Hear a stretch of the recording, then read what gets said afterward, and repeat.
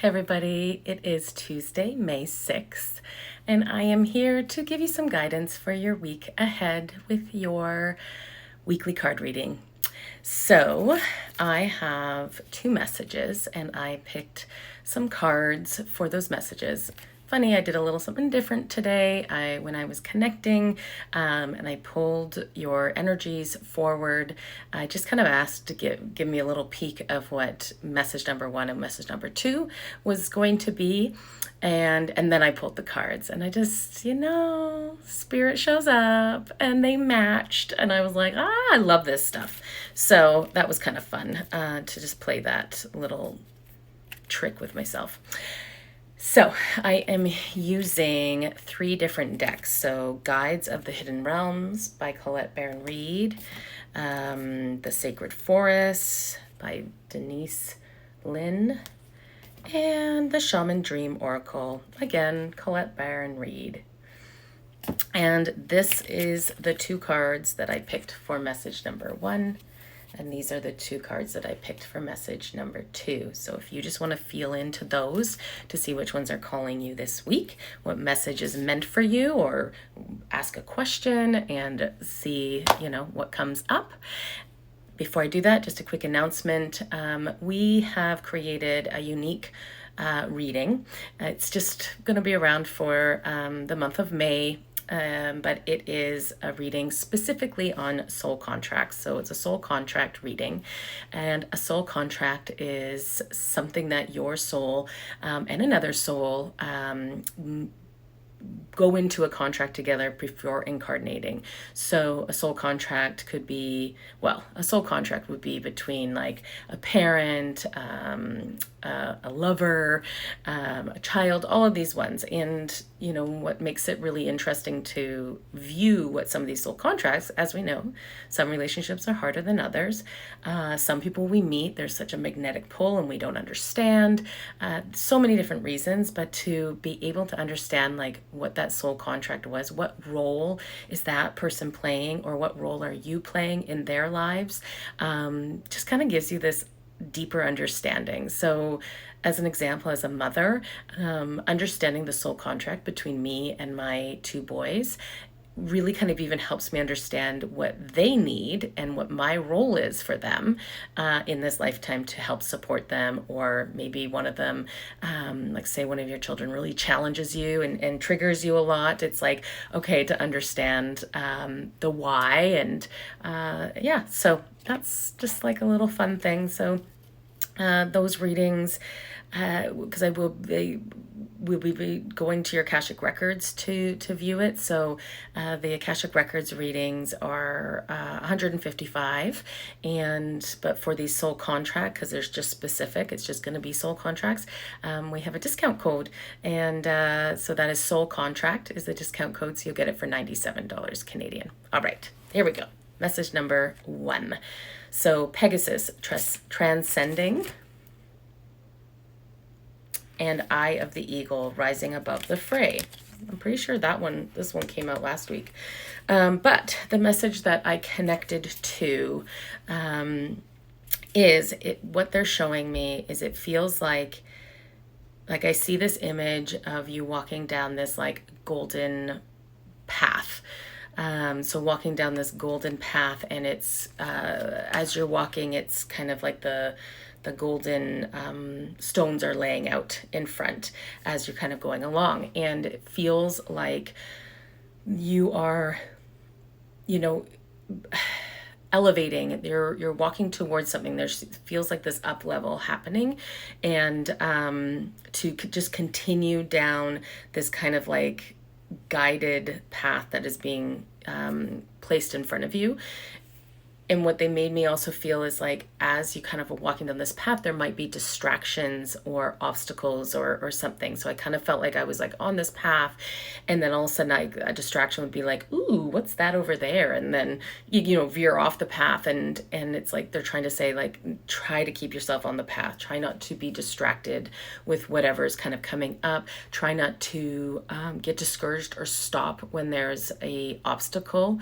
It just kind of feels like they want you just to rise above and just keep going and keep moving, because this golden path that you're on, it's going to bring abundance. It's going to bring clarity, joy. Like it just feels really aligned and exactly where you need to be. And like the eyes of the eagle like rise above the fray. So it also feels like when you do come across any obstacles or, doubt or anything like that, it's taking that perspective, like that eagle view of it, to be like, okay, it might, when you're standing on that path and that obstacle's there, it might seem really big and in your face and you're like, I don't know how to get around this. But if you take that eagle eye perspective and you look down and you're like, oh, wait a minute, dude, there's a little path on the other side that you can go. It's like you get more of a perspective to be able to move through that obstacle with ease. So that's really, I saw all this golden energy, so which was really neat seeing Pegasus and all the golden energy there. But whatever you are kind of stepping into or are on, whether that's a career shift, whether that's a relationship, whether that's a spiritual awakening, like if you are kind of stepping onto this spiritual awakening, or maybe you are finding a shift happening within your own spiritual awakening, like there's something big coming. You are correct. So continue to follow that, and just remember, when any obstacles come your way, just kind of have that in the back of your mind to be like, okay, wait a minute, I can get through this. There's always another way. Let me change my perspective. Let me see it from a higher perspective. Message number 2. This one, okay, I'll show you the cards first. It's the emergence of hope, faith, trusting in the divine plan, all is well, patience. Oh, 44. Oh, I love seeing double numbers. And owl spirit wisdom. So when I pulled the message forward, my instant image was I felt like I was in the dark. Like I felt like I was in like a black and white, like everything around me was black and white. Like maybe I was in a forest. It just felt like I was muted out in the dark. And so when I pulled this card first, I was like, well, that makes sense because it's surrounded by darkness. And the energy that I felt was, it feels like you might feel like, it feels like you're maybe in the depths, that you are struggling, that maybe the perspective, like the feeling is like everything is black and white, like there's doesn't feel like there's life to it, or hope or excitement or anything like that. Like I just, really kind of feel that low energy. And when I started to kind of pull out from that energy, because I was like, I had this feeling that I just wanted to pull up and out to see like around. And basically what I saw around was all these other scenes that were full of color and vibrancy, and which they were showing me was like, there's hope, there's something beyond where you're currently at. So to trust and to know that you are surrounded by light, and that this won't last for long, and it's purposeful. There's a reason why you are maybe in the depths. Maybe you're in the shadow. You're having the dark night of the soul. Like there's a purpose for this. In a sense, you're transcending that energy, and it's you need to move through this to then get to the colorful, beautiful parts outside of it, because it is a release, it is a healing, it's a release so that you can invite in these other beautiful things waiting for you around you.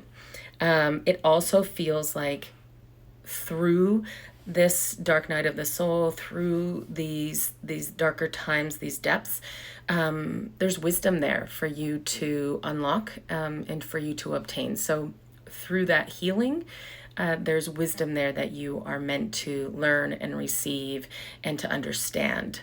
So I think, I can feel the energy of being in that depth. So it's like, I can feel that energy of like, really, like, no hope in that sense, and not really understanding. And then I got a 444 on, oh, this is so aligned on my clock. So it's trusting that to have that hope, have that faith, and know that what's coming next is beautiful, and you got this.